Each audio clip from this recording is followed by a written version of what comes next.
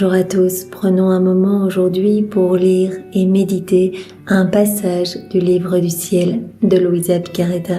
Au nom du Père qui me crée, du Fils qui me sauve et du Saint-Esprit qui me sanctifie. Amen. Jésus, une fois de plus, nous nous immergeons en toi, dans ta divine volonté, nous nous unissons à toi, nous nous unissons à ta divinité, à ton humanité, à ta volonté, nous nous identifions à toi, nous nous consumons en toi, adorable cœur, nous perdons le rien, le néant que nous sommes, nous fusionnons nos volontés dans la tienne, nous les fondons dans la tienne, nous te faisons, doux Jésus chéri, l'offrande de nos volontés pour que tu t'en serves comme champ d'action, comme terrain de jeu, que tu poursuives ton œuvre de création dans nos cœurs. Nous nous perdons en toi, nous nous abandonnons entre tes bras à la manière de tout petit, de nouveau-né, et comme tous les jours, nous te serrons fort contre nos cœurs et nous voulons te dire, Jésus, que tu es important pour nous, que tu es notre roi, notre bien, notre tout, notre vie, notre Seigneur, que nous avons besoin de toi. Nous voulons, Jésus, au nom de tous, t'aimer, t'adorer, te louer, te bénir, te glorifier, te remercier, nous prosterner à tes pieds, te serrer, t'embrasser, le tout avec ta volonté à toi. Nous voulons bien sûr aussi, Seigneur, t'accueillir dans nos cœurs pour que tu viennes t'y établir définitivement avec ton Père, l'Esprit Saint, ta maman. Viens, Seigneur Jésus, viens tout faire en nous jusqu'à notre dernier souffle. Nous te voulons l'acteur de chacun de nos actes et nous te demandons particulièrement d'investir ce moment de ta présence, de ta lumière, de ton amour, de ton Esprit Saint. Viens en chacun de nous, Seigneur. Viens nous illuminer complètement. Viens nous préparer à recevoir cette vérité que tu veux nous donner aujourd'hui, que nous puissions vraiment la déguster, vraiment nous en réjouir et que tu puisses toi-même réceptionner ces mots bénis qui sont les tiens en chacun de nous et viens les graver en lettres d'or dans nos cellules, dans nos organes, partout, que nous puissions y penser continuellement et que cela puisse travailler nos cœurs. Nous voulons te laisser travailler nos âmes, Seigneur. Ce sont tous les enseignements, ces premiers enseignements que tu as donnés à Luisa. Nous savons bien que quand tu enseignes Luisa, tu nous enseignes à travers elle. Quand tu lui donnes quelque chose, par ces enseignements, tu nous donnes à nous également les biens contenus par ces enseignements. Donc vraiment, au plus nous allons lire, au plus nous te permettons, de vraiment abreuver nos âmes et de faire de nous ce que tu souhaites. Et nous savons bien que c'est toi qui vas nous pousser à la mise en pratique pour que ces vérités deviennent vivantes en nous. Alors nous te bénissons, Seigneur, et nous sommes abandonnés entre tes bras et nous te laissons le champ libre complet. Viens Esprit Saint, viens par la puissante intercession du cœur immaculé de Marie, ton épouse bien-aimée. Viens Esprit d'amour, de feu, de joie et de charité. Viens, nous avons besoin de toi Esprit Saint, nous ne savons pas prier, nous ne savons rien faire de bon sans toi Esprit Saint. Viens par la puissante intercession du cœur immaculé de Marie, ton épouse bien-aimée. Nous voulons totalement vivre unis à toi Seigneur et si tu t'installes dans nos cœurs, nous savons bien que tu ne vas pas t'installer tout seul, tu es inséparable de ton Père, de l'Esprit Saint, donc c'est la Trinité qui va s'établir en nous. Nous allons être continuellement vraiment remplis de ton Esprit Seigneur. C'est vraiment ce que nous voulons, pouvoir être de bons instruments docile entre tes mains et que nous puissions te glorifier par chacun de nos mouvements. Alors viens Esprit Saint avec tes dons, viens vraiment nous embraser, viens par la puissante intercession du cœur immaculé de Marie, ton épouse bien-aimée. Nous posons cette intention avant de commencer de tout faire pour te faire plaisir, Seigneur, pour te glorifier comme Luisa qui, dès le matin, disait « Mais je voudrais que tous mes mouvements, que tous mes pas, que tous mes actes soient faits avec cette intention, Seigneur. » Cette intention vraiment de t'apporter de la joie. Oui, Seigneur, nous voulons vraiment devenir pour toi ces petites sources de réjouissance, alors que tes plans d'amour s'accomplissent dans chacune de nos vies et dans la vie de tous nos frères et sœurs, que ton royaume s'établisse ici-bas, Seigneur. Viens, divine volonté, tout faire en chacun de nous comme en Jésus dans sa divine humanité. Alors nous allons voir la suite. Nous continuons notre lecture dans ce volume 1. Et c'est très important avant de poursuivre, de bien nous rendre compte que Jésus a demandé à Luisa, à travers son confesseur, de mettre par écrit les 16 années où Jésus l'avait instruite. Alors Louisa dit, mais disait donc dans les jours précédents, c'est pas facile. Mais donc Jésus l'a aidé à retranscrire toutes ces instructions qu'il lui avait données. Donc elle essaye de se rappeler de voilà tous ces premiers moments, qu'est-ce que Jésus lui a dit, etc. Bien sûr, par l'aide de la grâce, elle remet tout cela par écrit pour que nous puissions en profiter. Donc comment Jésus a travaillé l'âme de Louisa pour l'amener à vivre complètement dans la divine volonté. Et nous, à travers, ces enseignements, Jésus va nous travailler également.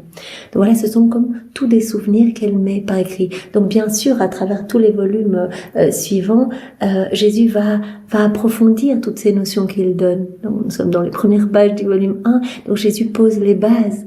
Donc vraiment, comme on a vu hier et le jour précédent, Jésus demandait à Louisa, voilà ce parfait abandon entre ses bras. Accueille tout comme venant de mes mains. Voilà un des premiers enseignements de Jésus. Accueille tout. Voilà, si une personne te demande une tâche, ne regarde pas la personne, ne regarde pas la tâche, si elle est difficile, facile, si elle est dégoûtante, si elle est petite, si elle est grande, peu importe. Accueille cela comme si c'est moi qui te le demandais.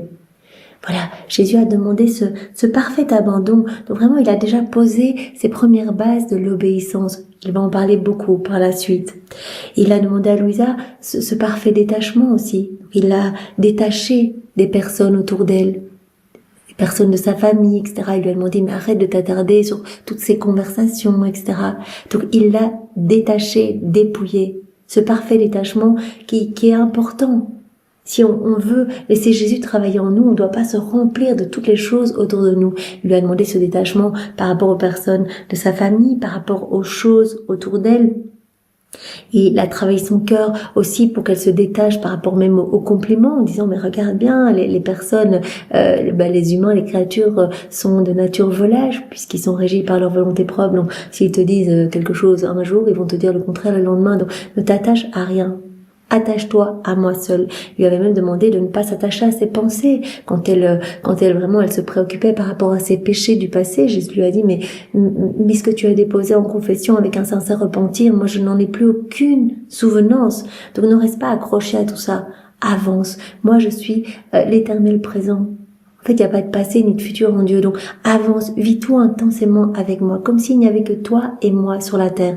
Un conseil que Marie nous a donné plus loin dans les écrits du ciel. Si tu veux être heureux, heureuse, considère qu'il n'y a que toi et mon fils. Donc, garde tes yeux fixés sur mon fils continuellement. Vois en chacun la présence de mon fils. Donc voilà, garde tes yeux sur moi, comme s'il n'y avait que moi et toi ici-bas. Alors Jésus a posé également, dans les pages précédentes, les premières bases de l'humilité. Donc il veut conduire Louisa à ce profond anéantissement. Il n'y a pas de vie possible dans la divine volonté si on est totalement rempli de nous-mêmes. Donc il commence par cette parfaite humilité. Mais on sait très bien que ça va aller beaucoup plus loin. Jésus veut nous amener à notre néant, qu'on soit rien du tout pour qu'on puisse être rempli du tout qu'il est. Donc il avait vu hier, voilà, tu dois commencer par faire tes actes d'humilité, etc. Considérer que tu es comme un petit bébé, que tu ne peux rien faire sans moi. Appelle-moi continuellement. Voilà, commence tous tes actes en m'appelant. Reconnais que tu n'es que poussière, que néant. Il veut pas pointer le fait qu'on est misérable, pas du tout. Mais il va donner une très grande connaissance, très grande lumière à Louisa pour qu'elle puisse se rendre compte vraiment de qui elle est par rapport à la grandeur de Dieu. Donc c'est quand elle dit je suis mauvaise, je suis cativa, etc. C'est pas je suis affreusement pécheresse, mais c'est moi par rapport à ta grandeur, par rapport à ce bombardement d'amour, à tes je t'aime partout, mais comment j'y réponds si pauvrement finalement. Jésus avait dit à Louisa, si tu voyais aussi les hommes, voyez tout cet amour qui les inonde. Chaque battement de cœur est un je t'aime, nous sommes maintenus par le souffle divin, tout est maintenu par ce souffle divin, c'est la divine volonté qui régit tout. Si l'homme voyait cela, il en mourrait de joie et d'amour pour son Créateur. Tout, le vent qui bouge les feuilles, c'est Jésus qui nous dit qu'il nous aime, dans le piaillement des oiseaux, la mer, le soleil, tout, nous sommes inondés. Donc voilà, Jésus a montré à Louisa cette importance vraiment de s'anéantir par des actes d'humilité. Et alors il a posé aussi les premiers fondements, voilà, les premiers enseignements sur la pureté d'intention. Fais tout par amour pour moi. Vraiment, si tu le fais pour toi-même, en fait, finalement, ça vaut pas grand chose. Donc vraiment, fais tout pour moi. Donc voilà, humilie-toi par amour pour moi. Tout ce que tu fais, fais-le en gardant tes yeux sur moi, pour me plaire. Donc voilà, tous ces jours précédents, ces 2 derniers jours, on a médité les premières pages du volume 1, eh bien, ce sont les fondations que Jésus a posées. On sait très bien que cela va aller beaucoup plus loin. Mais Jésus avance comme un bon enseignant, petit à petit.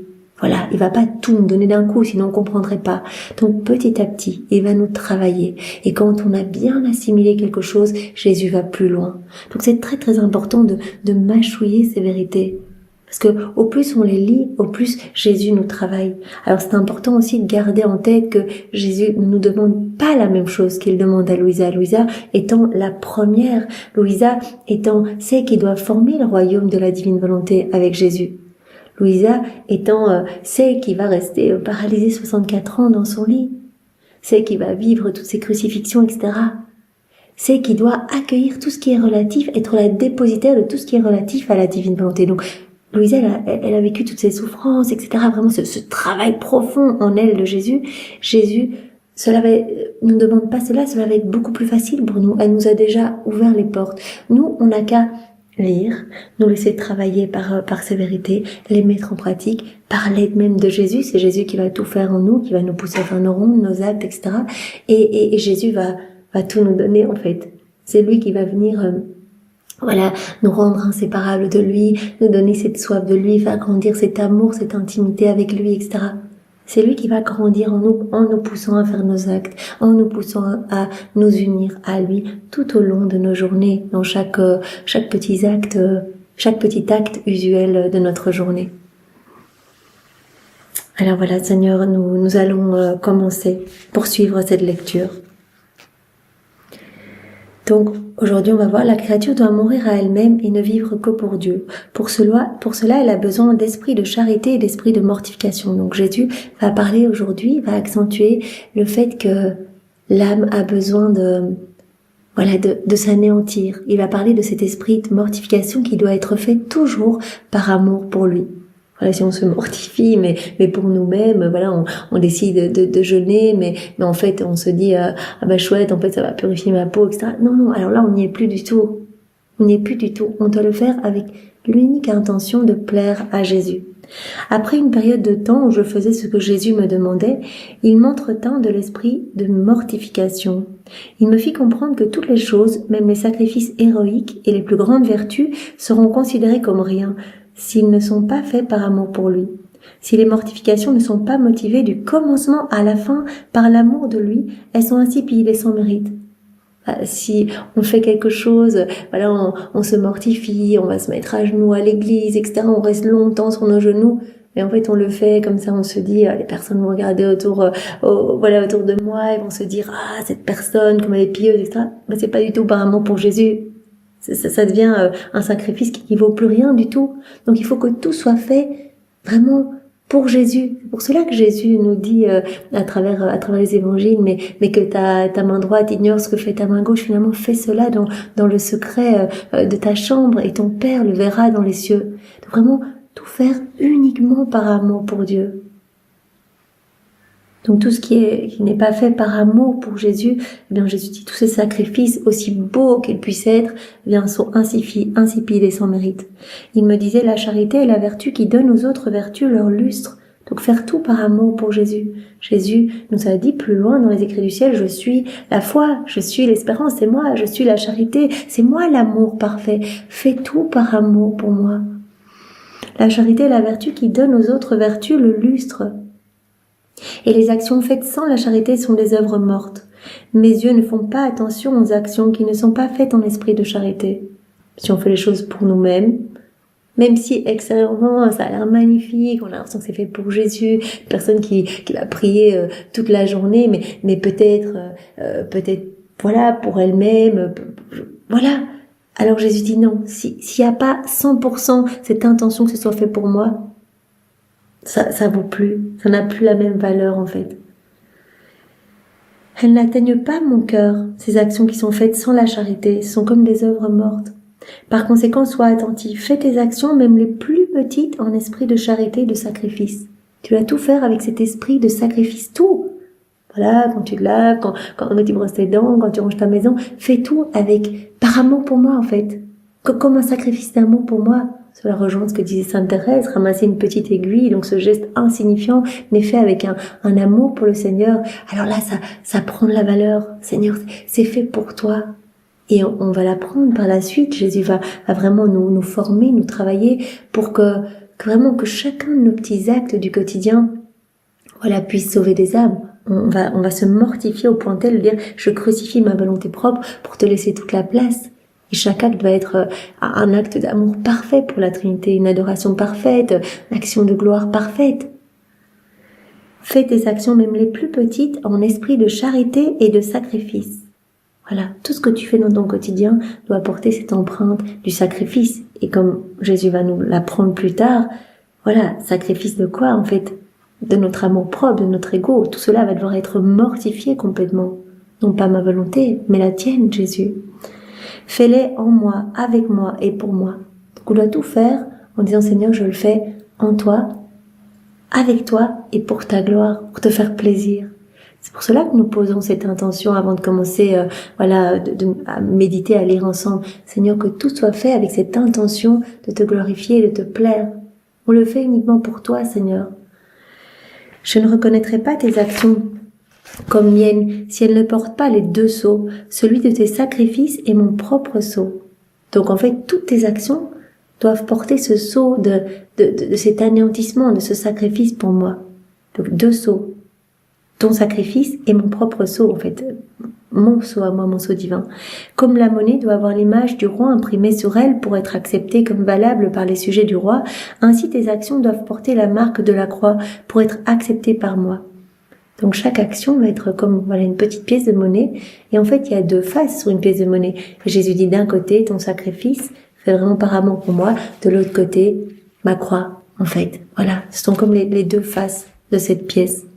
Nous ne nous préoccuperons plus maintenant de travailler à éliminer tes affections pour les créatures, donc comme on a vu les 2 jours précédents, dans ces premières pages, où Jésus qui a travaillé pour dégager Louisa, il la prépare déjà à vivre vraiment quelque part cet isolement. Voilà, Jésus qui place Louisa dans cette solitude, en fait, pour pouvoir travailler plus aisément son cœur. Il la détache de tout, pour qu'elle puisse, là elle n'est pas encore paralysée, etc. Jésus la prépare pour ces 64 années qu'elle va passer dans son lit. On ne va plus travailler maintenant à éliminer tes affections pour les créatures, mais maintenant on va travailler à éliminer ton affection pour toi-même, ton ego en fait. C'est ce que je veux faire en toi, éliminer ton ego, ton amour propre. Je veux te faire mourir à toi-même pour que tu puisses vivre seulement pour moi. Et ça, c'est ce que Jésus veut pour chacun de nous faire mourir à nous-mêmes. Et tout au long des écrits du ciel, tout au long des volumes, Jésus va vraiment travailler à faire mourir notre volonté propre. Je veux te faire mourir à toi-même pour que tu puisses vivre seulement pour moi. Je veux imprimer en toi rien d'autre que ma vie. C'est ma vie que je veux continuer en toi. Je veux imprimer ma vie en toi. C'est vrai qu'il t'en coûtera davantage, mais prends courage, n'aie pas peur. Moi avec toi et toi avec moi, nous ferons tout. Première fois que Jésus utilise le terme nous, on va tout faire ensemble. Tu seras pas toute seule, tu vas pas te décourager, tu vas pas te dire mais comment je vais faire pour mortifier ma volonté propre, arriver vraiment à mourir complètement à moi-même pour laisser toute la place à Dieu. Jésus dit, on va le faire ensemble. C'est pas à toi, il suffit que tu me donnes ta volonté, je m'occuperai de tout. Il me donnait de nouvelles idées en ce qui concerne l'anéantissement de soi-même. Il me disait, tu n'es pas et tu ne dois pas te considérer plus qu'une ombre qui passe rapidement et qui t'échappe quand tu essayes de l'attraper. Si tu veux voir en toi-même quelque chose qui soit digne de moi, considère que tu n'es rien. Voilà, donc Jésus nous donne quelques tips. Considère que tu n'es rien du tout, en fait. C'est vrai que quand on regarde par rapport à l'immensité de l'univers, mais on n'est rien du tout. Déjà la Terre par rapport à tout l'univers, c'est pas grand-chose. Et vraiment, dans la Terre, mais nous on est un atome, on n'est rien. Considère que tu n'es rien du tout. Voilà, Jésus veut qu'on arrive à se rendre compte qu'on n'est rien, mais qu'unis à lui, on est tout. Si on lui laisse toute la place, en fait, si on arrive à reconnaître notre néant, c'est là qu'il veut nous amener. eh bien il va pouvoir faire des énormes choses en nous. C'est ce qu'on va apprendre tout au long des volumes, à le laisser vivre en nous. Et il va pouvoir, si on possède sa divine volonté comme vie, eh bien il aura tous les matériaux nécessaires avec son Père et l'Esprit Saint pour faire ses plus belles œuvres en nous. Il va investir tous nos actes de sa puissance créatrice, etc. Donc, on n'est rien du tout, on n'est rien, mais si on s'unit à Jésus, on est tout. On voit vraiment qu'en fait, tout a été fait pour nous, tout l'univers, toute la création, tout a été fait pour nous. Nous sommes ses chefs-d'œuvre, et il veut vraiment qu'on soit comme lui, qu'on soit des échos de lui, des images, des miroirs de lui. Considère que tu n'es rien, et alors moi, heureux de ton véritable abaissement, je verserai mon tout en toi. C'est là que Jésus veut nous amener, qu'on se vide complètement de nous-mêmes, qu'on meure à nous-mêmes pour le laisser en fait vivre en nous, pour lui laisser toute la place, pour qu'il puisse faire tout en nous. Si on est rempli de notre volonté propre, de tout notre entourage, de nos pensées, etc., il n'y a plus de place pour lui. Donc il dit, il n'y a pas la place pour deux volontés, donc choisis, meurs à toi-même, et moi je te donnerai tout. Et je ferai des merveilles en toi, et chacun de tes actes produira de la lumière, et à travers toi, je sauverai des âmes, etc. Et je te donnerai en plus tous les mérites de toutes ces âmes sauvées, etc. Voilà, tu seras propriétaire de tout. Tu seras mon enfant. Voilà, on partagera tout ensemble, on sera inséparables. Tu pourras te couler partout où la divine volonté travaille et opère. Inséparable de moi.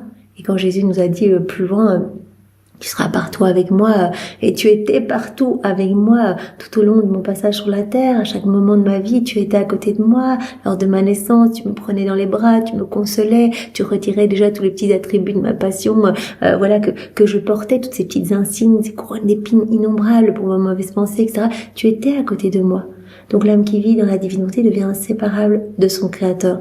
Sans Dieu, on n'est rien du tout. Jésus veut nous amener à nous rendre compte de notre petitesse pour que lui laisser toute la place, pour qu'il puisse faire de nous, ce qu'il a décidé de toute éternité pour nous, en fait, que son plan pour nous puisse s'accomplir, que ses desseins d'amour puissent s'accomplir, qu'on puisse être ses chefs-d'œuvre, en fait.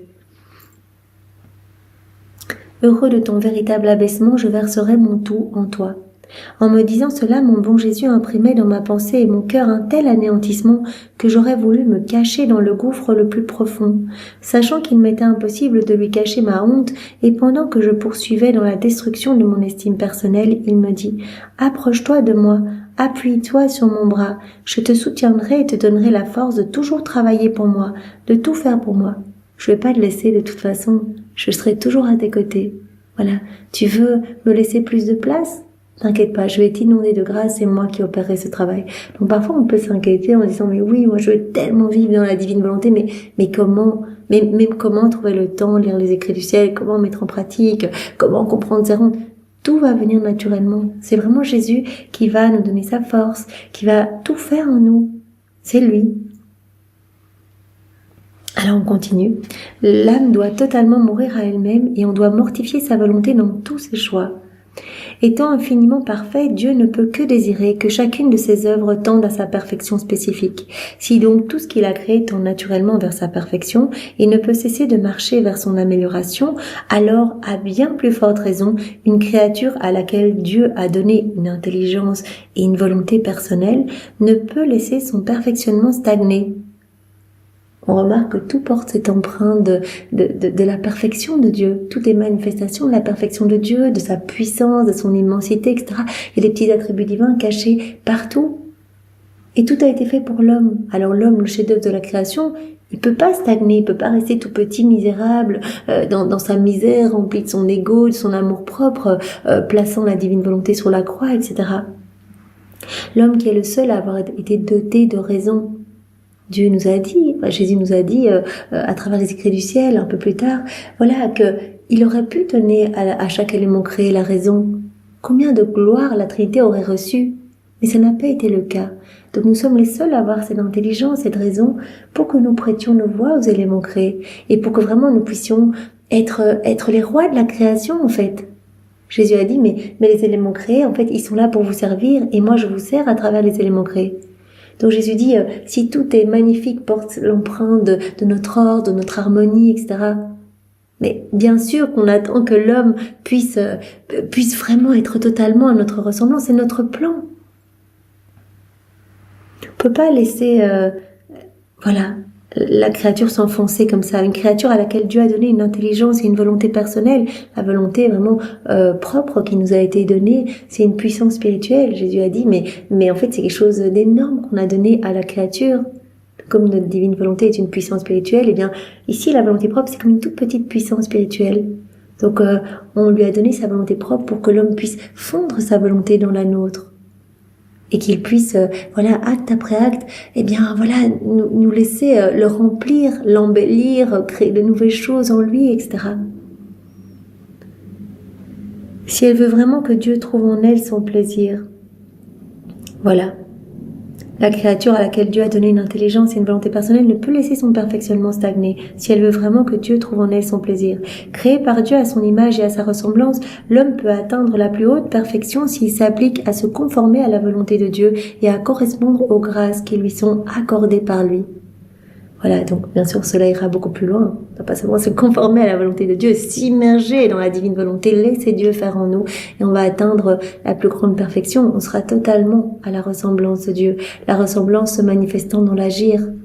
Donc Adam, quand il agissait dans son état d'innocence, il apportait de la joie à son Créateur et tout était magnifique, tout était porteur de lumière, il glorifiait complètement la Trinité à chacun de ses pas, à chacun de ses regards, etc. Tout était sublime en lui en fait. Et vraiment avec cet acte croissant, il y avait de plus en plus de beauté dans son âme, sans limite. À chaque fois son âme était davantage dilatée et Dieu y plaçait de nouvelles choses, de nouvelles saintetés, de nouvelles connaissances, etc. Et Jésus nous a dit tellement de fois à travers les écrits du ciel, je veux vous ramener à cette place qu'avait Adam dans son état d'innocence. Je veux que vous soyez beaux en fait. Je veux que vous soyez des êtres de lumière, des enfants de lumière. Je veux vous revêtir de ce manteau royal qu'a perdu Adam qui était en la divine volonté. Si le Seigneur est près de moi et veut que je m'appuie sur son bras, et si par sa seule attirance il me presse de me jeter dans ses bras paternels, et si de plus il veut que je prenne toute ma force en lui afin de bien faire toutes choses, ne suis-je pas une idiote si je refuse cette grâce et que je ne me soumette pas à sa divine volonté? Jésus l'a bien dit, je te donnerai ma force. Je te donnerai tout, bien, donne-moi juste ton oui, je m'occuperai de tout. Jésus a dit, mais est-ce que je serais pas un peu stupide de ne pas me jeter dans les bras de Jésus, de lui faire confiance? Donc Jésus nous appelle vraiment à cet abandon une fois de plus. Donc toutes les notions qu'il nous donne dans ce volume 1 vont être creusées. Jésus va nous donner de plus en plus, elles vont être explicitées. Il va de plus en plus travailler nos cœurs pour que nous puissions nous abandonner à lui, que nous puissions lui faire confiance, que nous puissions le laisser vivre en nous. C'est pourquoi moi, plus que toute autre créature, je crois qu'il est de mon devoir de toujours suivre mon adorable Jésus, lui qui me dit « Par toi-même tu es aveugle, mais n'aie pas peur. Ma lumière maintenant plus que jamais sera ton guide. Je serai en toi et avec toi pour faire des choses merveilleuses. Suis-moi en toutes choses et tu verras. » C'est moi qui serai ta lumière, ma lumière sera ton guide, donc ne t'affole pas de savoir comment tu vas procéder. Je vais t'aider. Pour chacun de nous, Jésus nous dit maintenant « Ok, je ne t'attends pas au même niveau que j'ai appelé mon enfant Louisa, mais je veux t'amener à cette ressemblance avec moi. Je veux tout te donner. Je veux que tes actes soient beaux, remplis de l'infini. Je veux que tu sois heureuse, que tu sois dans la paix. Je veux que ton âme regorge des trésors du ciel. Et c'est moi qui vais faire en toi.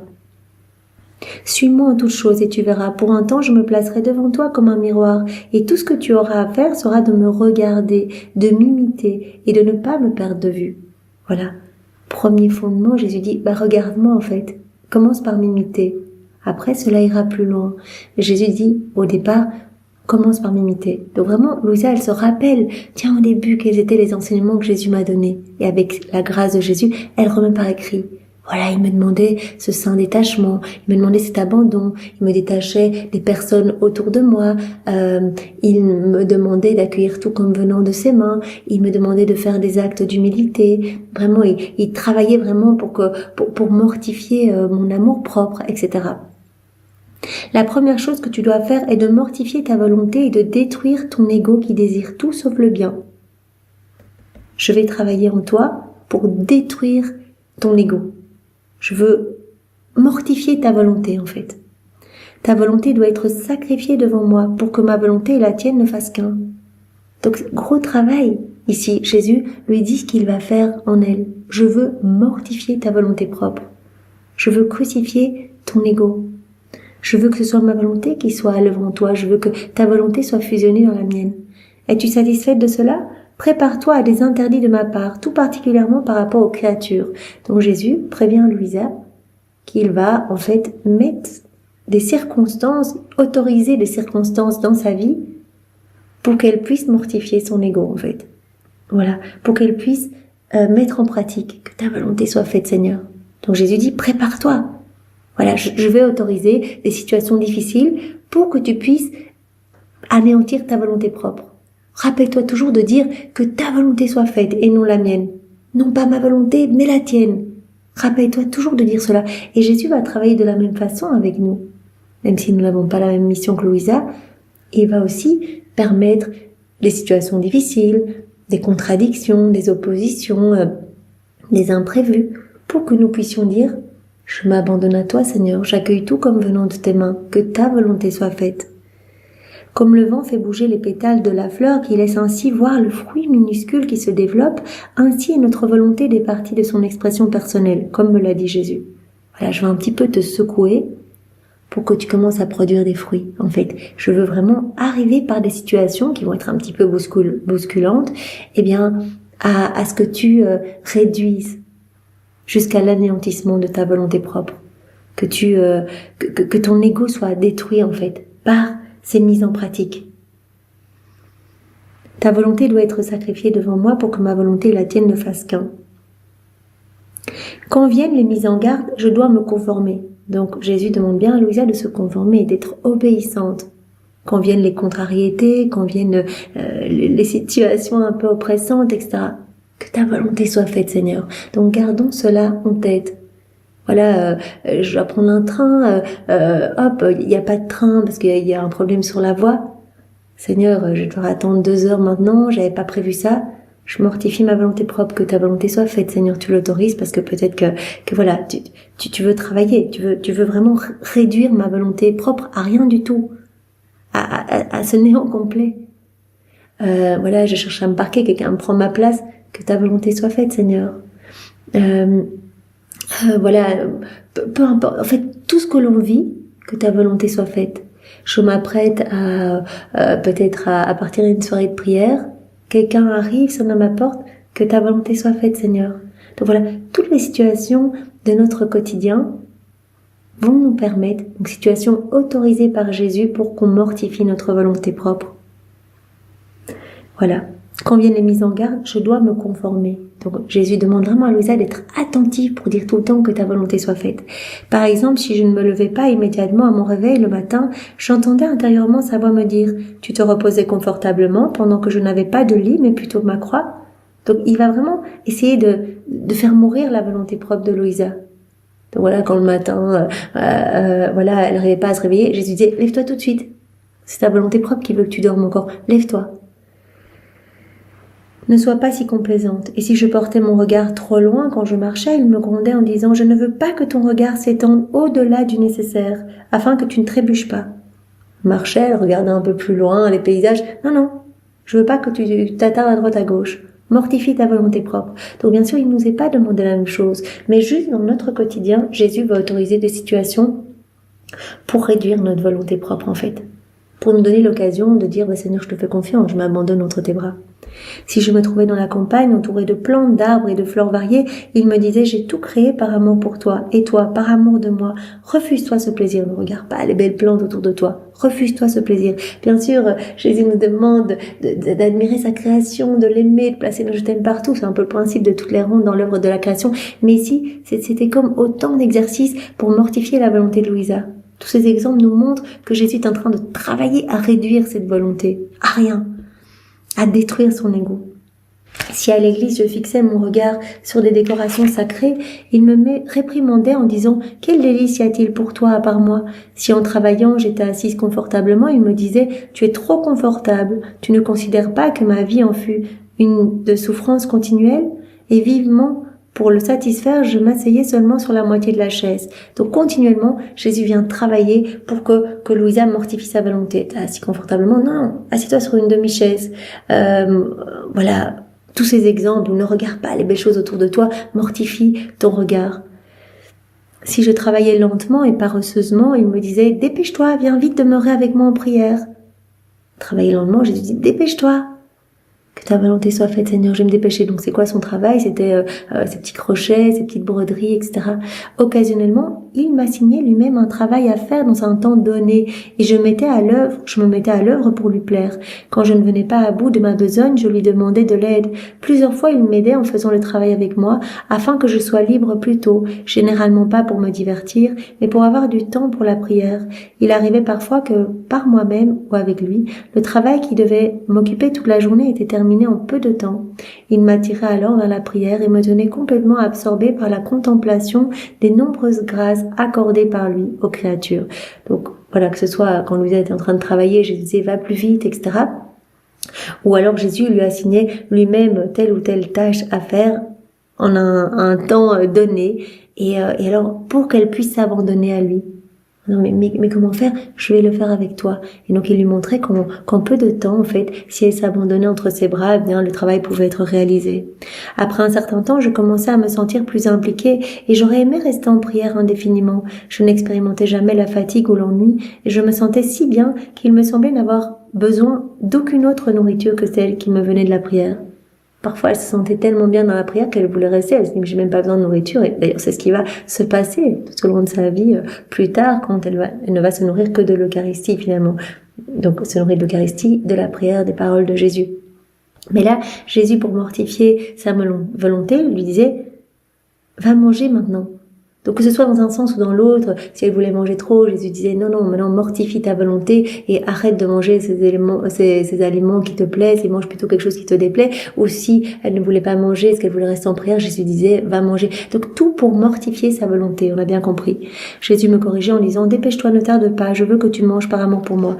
Prends la nourriture qui sera absorbée par ton corps. Demande que mon amour s'unisse au tien afin que mon esprit s'unisse à ton âme et que ton être tout entier soit sanctifié par mon amour. Donc même voilà, quand tu manges, demande toi, comme c'est une nourriture s'unit à ton corps, eh bien demande que mon amour s'unisse à ton amour, que mon esprit s'unisse à ton âme, que ton être soit totalement sanctifié. Donc vraiment obéis en fait et vraiment accepte cette mortification de ta volonté propre.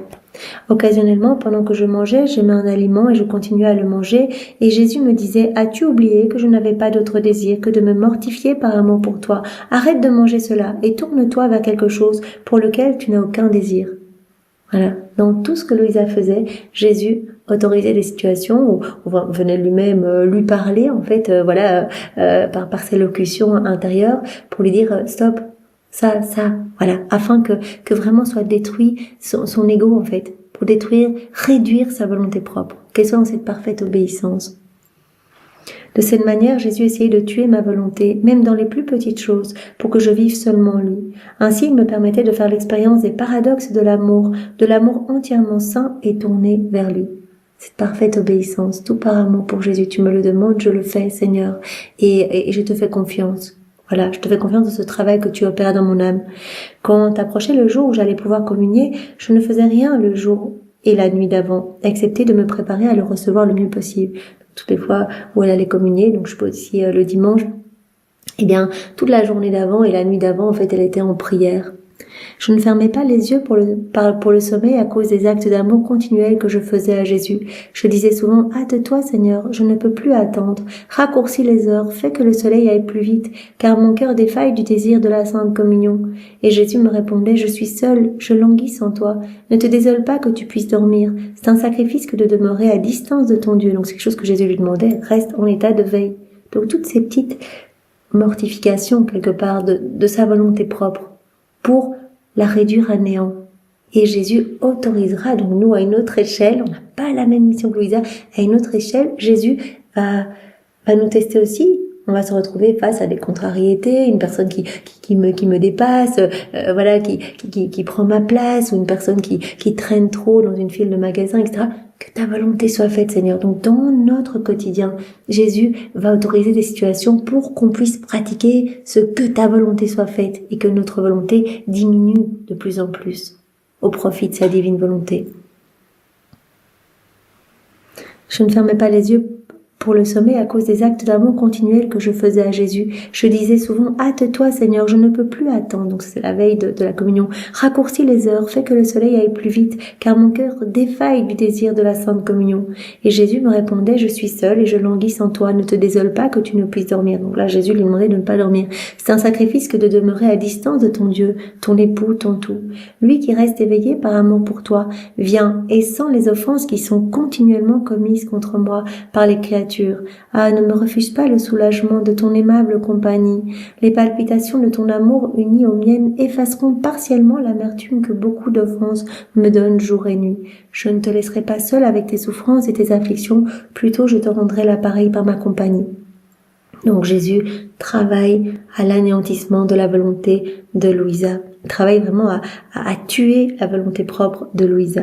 Donc là, il lui demande de ne pas dormir le jour et la nuit précédant le moment où elle va assister à une sainte messe et recevoir Jésus dans le Saint-Sacrement. Au lever du jour, j'allais à l'église avec un grand désir de recevoir Jésus dans le Saint-Sacrement. J'approchais mon confesseur sans lui dire un mot de ce désir. Plus d'une fois, il me dit « Aujourd'hui, je veux que tu sois privé de la Sainte Communion ». Vous voyez, Louisa qui se prépare, qui est toute brûlante d'amour, etc., qui fait des actes continuels d'amour toute la nuit, etc., pour Jésus. Et là, Jésus inspire au confesseur de dire, aujourd'hui, elle ne va pas communier. Tout ça, c'est pour vraiment tuer la volonté propre de Louisa. Qu'elle puisse dire, que ta volonté soit faite, Seigneur. Voilà, plus d'une fois, il me dit, aujourd'hui, je veux que tu sois privé de la Sainte Communion. Ceci était si dur pour moi que souvent je commençais à pleurer, mais je ne voulais pas révéler à mon confesseur l'amertume que mon cœur ressentait. Puisque Jésus voulait que je me résigne au désappointement, je cédais pour qu'il ne me gronde pas. Il voulait que j'aie une complète confiance en lui, mon plus grand bien. Souvent, je lui ouvrais mon cœur et lui disais, « Oh, mon doux amour, est-ce que ceci est le fruit de cette vigile que nous avons faite tous les deux cette nuit ?» Ces actes d'amour, cette prière, etc. Qui aurait pu imaginer qu'après tant d'attentes et de désirs, j'aurais à me passer de toi? Je sais bien que je dois t'obéir en tout, mais dis-moi, mon bon Jésus, puis-je rester sans toi? Qui me donnera la force qui me manque présentement? Est-ce que j'aurai le courage et la force de quitter l'église sans t'amener à la maison avec moi? Je ne sais pourtant que faire d'autre, mais toi, mon Jésus, si tu le désires, tu peux remédier à tout ça. Donc vraiment, elle est profondément meurtrie dans son âme, dans tout. Je me suis préparée, etc. Et hop, le confesseur me dit que je ne peux pas communier. C'est vraiment une énorme souffrance pour Louisa. Et tout ça, c'est le travail vraiment de la grâce. C'est Jésus qui est en train de purifier son âme, qui est en train de tuer sa volonté propre. Une fois, pendant que je parlais ainsi, j'ai ressenti une chaleur inhabituelle en moi. Ensuite, une flamme d'amour fut allumée en moi et j'entendis sa voix me dire intérieurement, donc par sa locution intérieure. Donc plus tard, Louisa va nous parler de toutes les différentes façons dont elle l'entend, Jésus, voilà, où elle le voit, etc. Mais ici, c'est une locution. Sois calme, je suis déjà dans ton cœur. Pour quelle raison es-tu si effrayé? Ne sois pas triste, je veux moi-même sécher tes larmes. Tu as fait une communion spirituelle, je suis en toi de toute façon. Pauvre petite, c'est vrai, tu ne pourrais pas vivre sans moi, n'est-ce pas? Je m'émerveillais de ces paroles de Jésus et du travail qu'il accomplissait en moi. Anéanti à l'intérieur de moi-même, je me tournai vers mon Jésus et lui dis, « Si je n'avais pas été aussi méchante, tu n'aurais pas inspiré à mon confesseur de me rebuter comme il l'a fait. » Elle a l'impression que c'est le résultat de fautes qu'elle a commises. Mais c'est le travail de la grâce en elle, en fait. C'est vraiment ce travail de purification et d'anéantissement de sa volonté propre. Donc nous, parfois, on a l'impression que telle ou telle situation, c'est tellement dur à vivre, mais c'est pour qu'on donne notre fiat, qu'on dise, mais Seigneur, mais j'accueille tout, que ta volonté soit faite. Ces contrariétés, ces oppositions, ces choses que tu autorises, je les accueille, Seigneur. Je veux tout vivre uni à toi. Je te fais confiance. Seigneur nous purifie aussi, est en train de mettre vraiment notre volonté propre sur la croix. Voilà. Si je n'avais pas été aussi méchante, tu n'aurais pas inspiré à mon confesseur de me rebuter comme il l'a fait.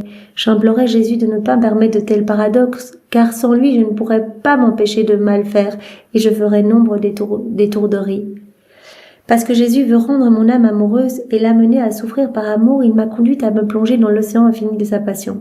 Donc maintenant, on va commencer le vrai travail. Donc Jésus veut que Louisa soit totalement abandonnée et on sait bien que Louisa va être cette âme victime, voilà, qu'elle va être crucifiée dans son lit, qu'elle va être la première stigmatisée à l'intérieur, voilà, va recevoir la croix, les épines, les flagellations, mais sans que cela ne se voit extérieurement. Donc Jésus va la préparer maintenant à ce rôle d'âme victime, voilà, qui porte le monde en fait par ses souffrances.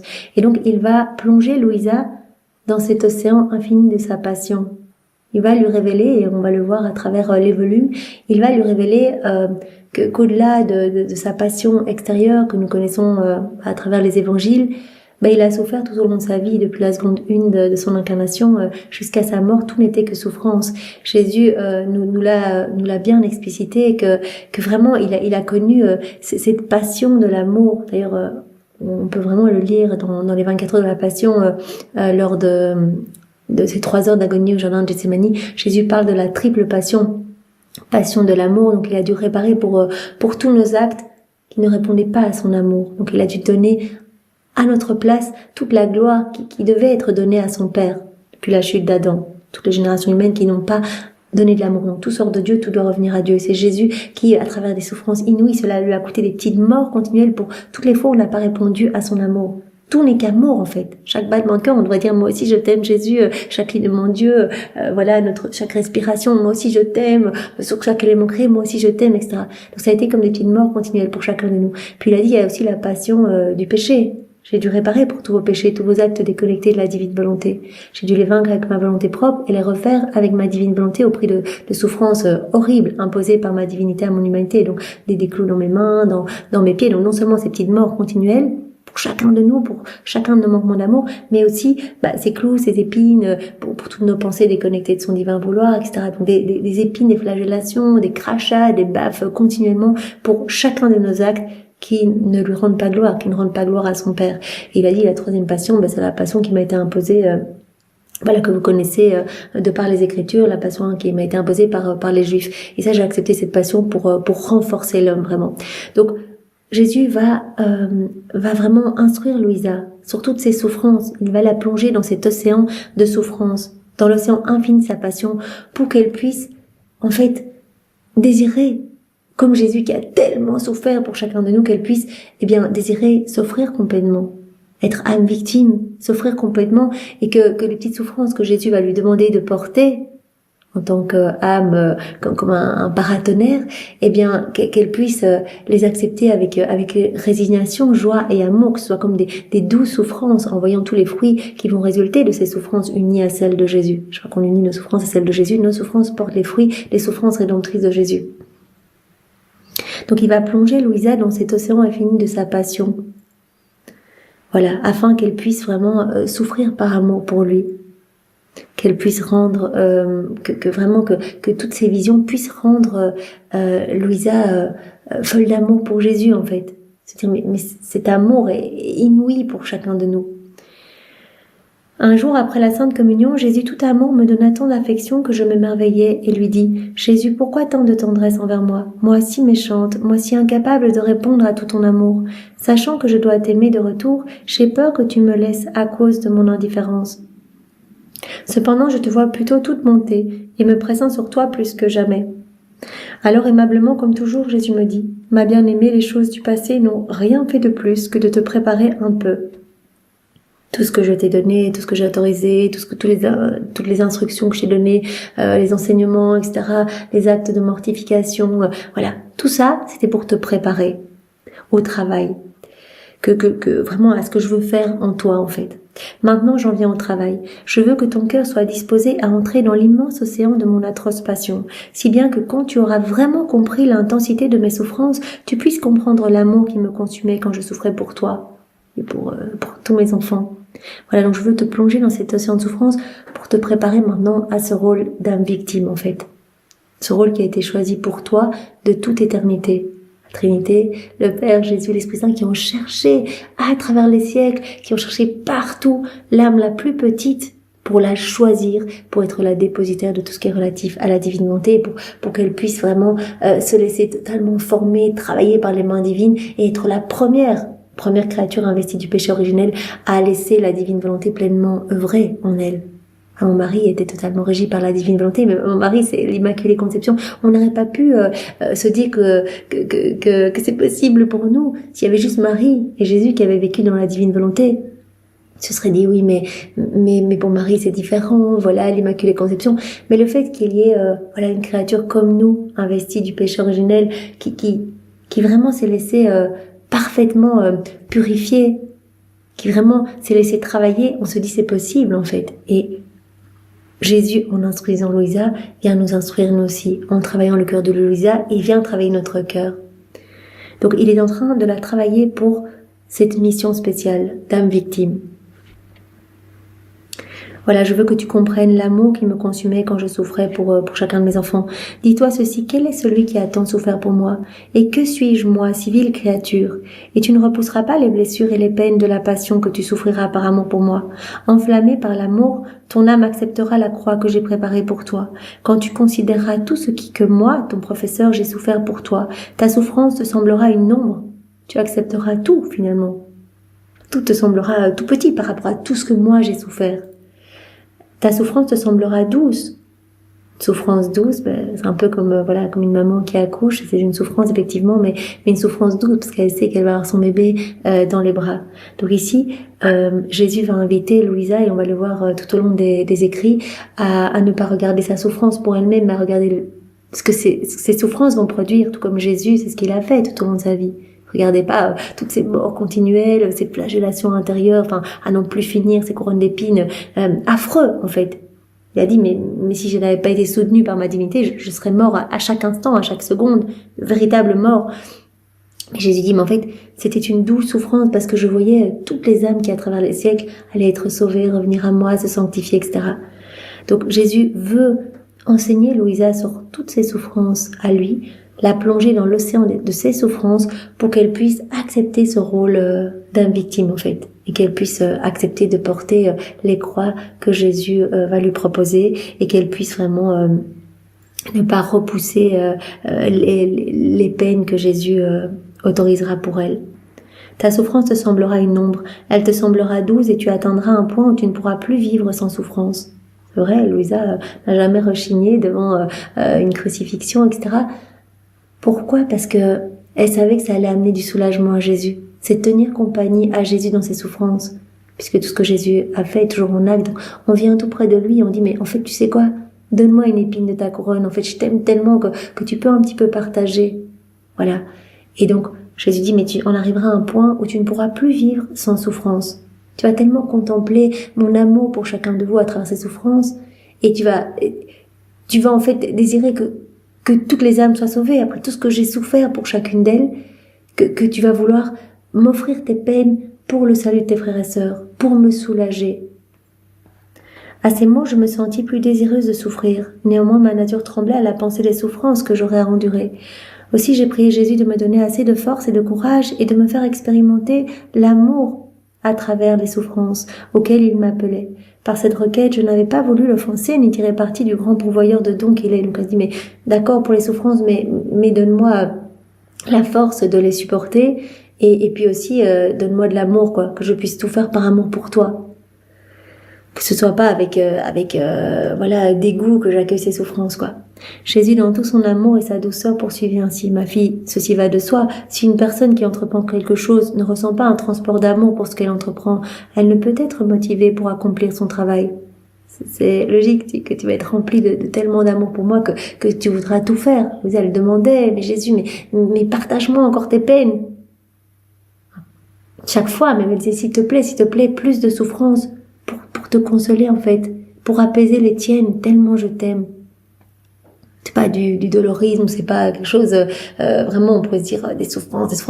Non, c'est vraiment juste pour te soulager, en fait, pour que tu puisses déverser en fait une petite goutte de ce calice affreux de souffrance que vraiment que tu as bu, et que voilà, tout est toujours en acte. Donc je veux te consoler, je veux être près de toi. Partage-moi tout, Seigneur.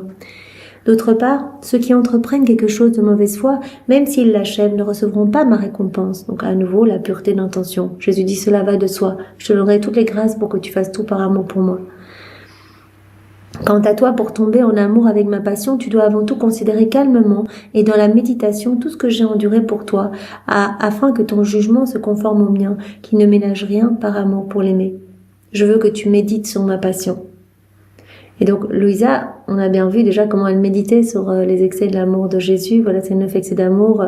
Passait 9 heures par jour dans sa chambre à méditer, voilà, chaque excès. Donc, l'amour de la Trinité qui décide d'envoyer Jésus sur la terre. On a vu le deuxième excès aussi, Jésus qui s'incarne, l'immensité dans le sein de sa maman. Elle passait des heures. Elle n'avait que 17 ans.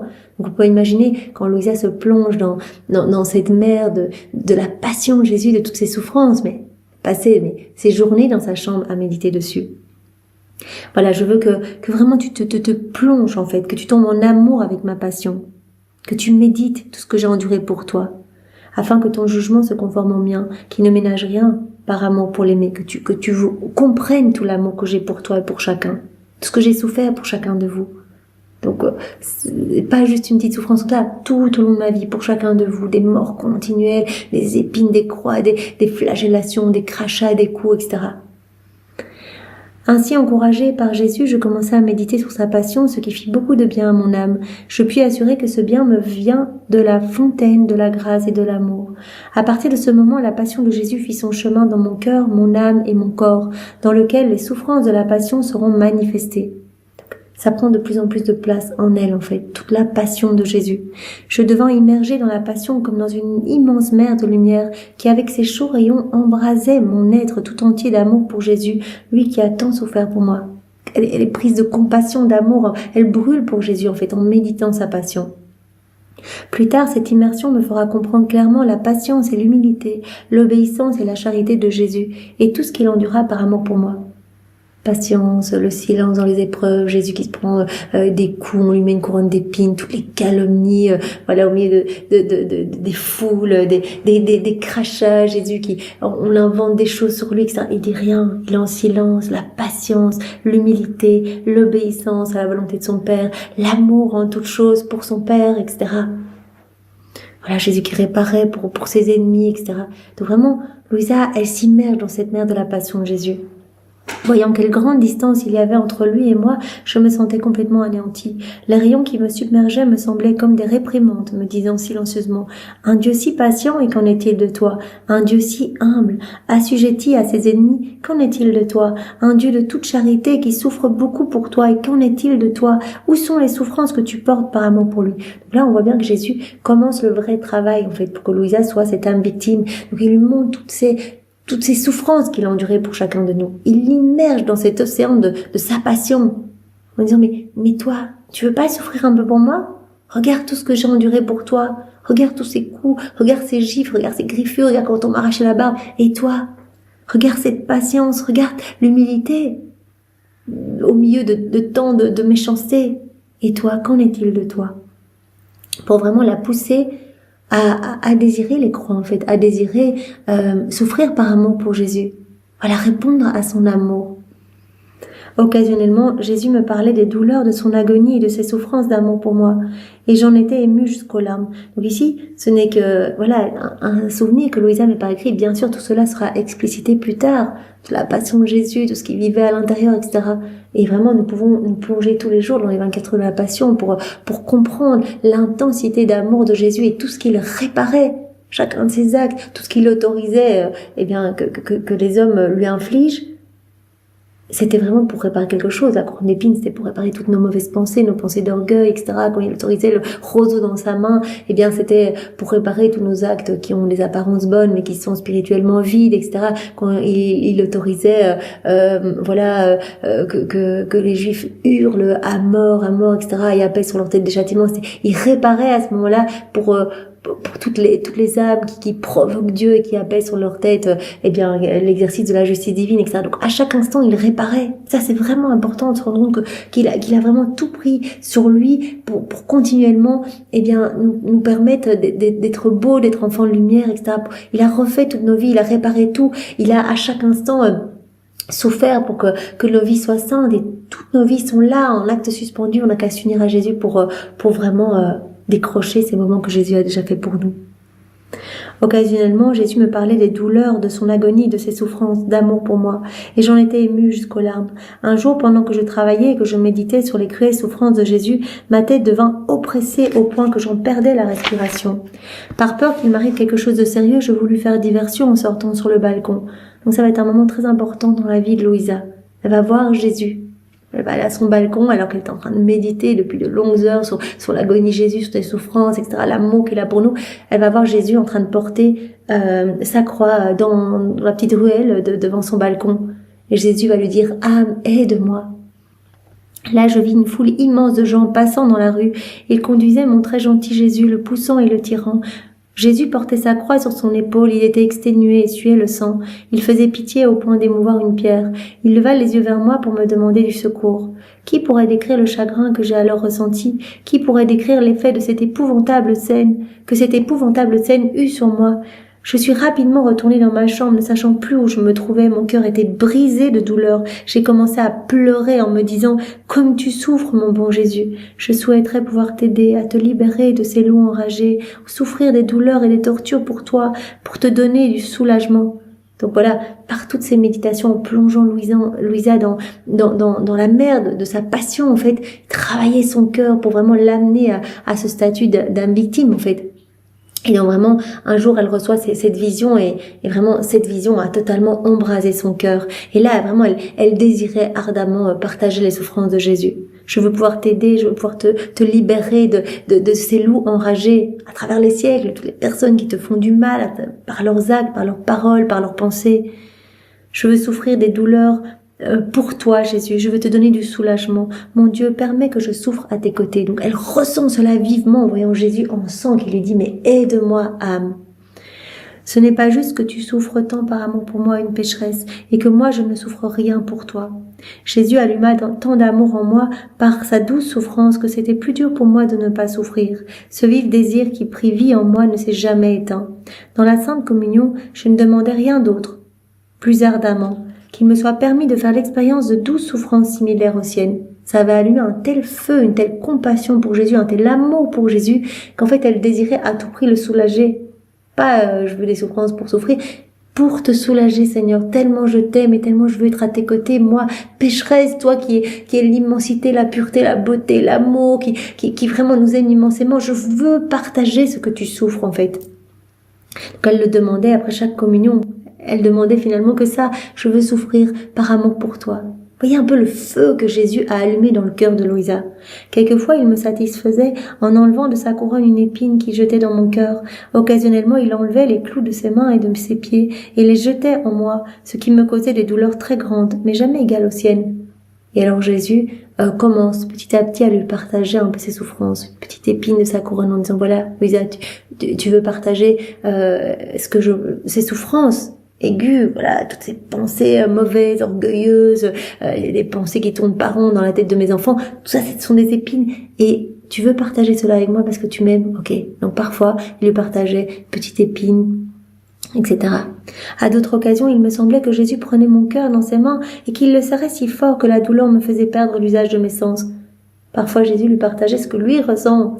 C'est vraiment cet étranglement quand on l'étouffe, qu'on lui laisse pas de place dans nos cœurs. Jésus qui dit, mais ça fait 6000 ans que je suis crucifié dans les cœurs. Ça fait 6000 ans que personne ne veut de moi. Je peux pas créer, je peux rien faire. Je suis les mains ligotées quand vous agissez dans vos volontés propres. J'asphyxie, ça sent mauvais dans vos âmes parce que vous étouffez cette vie divine en vous. Et donc vraiment comme un corps sans vie se putréfie. Voilà, une âme sans vie commence à sentir mauvais. Donc je suis super mal, j'étouffe. C'est comme si j'étais écrasée complètement en vous. Vos cœurs sont comme le torrent du Cédron. Et Jésus, voilà, quand on lui a dit, partage-moi un peu de tes peines, eh bien voilà, Jésus, mais tout ça se fait, évidemment, au niveau spirituel. Donc, il prenait son cœur et il lui partageait ses souffrances. Et sentait comme son cœur écrasé. Jésus lui partageait une petite goutte de ce que lui ressent dans nos cœurs quand il est opprimé, qu'on lui laisse pas de place, qu'on piétine son amour, etc. De peur que les gens autour de moi puissent noter ce qui m'arrivait, je le priais en disant « Mon Jésus, donne-moi la grâce de souffrir sans que mes souffrances soient perçues par les autres. » Je sais ce qu'elle a toujours demandé, je veux bien souffrir, mais que personne ne le sache. Elle est encore à milieu de se douter de cette grande mission qui l'attendait et vraiment de vraiment qu'elle allait nous ouvrir la porte à ce fiat de la sanctification et que vraiment que voilà, que ces écrits allaient éclairer de nombreuses âmes, etc.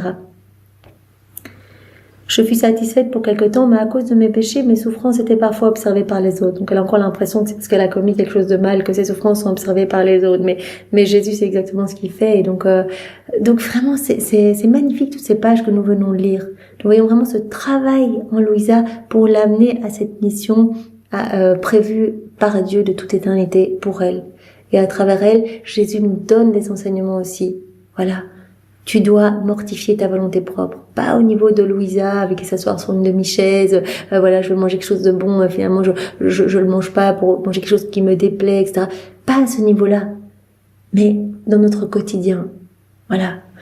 Quelqu'un qui prend ma place, voilà, ou peu importe, on fait toutes les petites choses de notre quotidien, on doit se dire tout ce que l'on vit, c'est autorisé par Jésus, et on doit dire que ta volonté soit faite, Seigneur. Que ta volonté soit faite. Donc, gardons bien cela en tête. Jésus veut mortifier, veut que notre volonté humaine soit crucifiée au profit de sa divine volonté. Voilà. Il dit, imite-moi. C'est ce que Jésus a fait tout au long de sa vie. Jésus qui avait, bien sûr, qui est la divine volonté, qui avait aussi une volonté propre. Eh bien, il a toute sa vie crucifié sa volonté propre au profit de la divine volonté pour réparer pour toutes les fois où les hommes, à travers les siècles, depuis la chute d'Adam, eh bien, avait fait mourir, avait crucifié la divine volonté au profit de leur volonté humaine. Donc lui, continuellement, voilà, il crucifiait sa volonté propre. Disons que ta volonté soit faite, Père, que ta volonté soit faite, Père. Ce que Marie a fait également. Marie qui est devenue par grâce ce que Jésus est par nature. Que ta volonté soit faite jusqu'à voir son enfant mourir sur la croix, que ta volonté soit faite.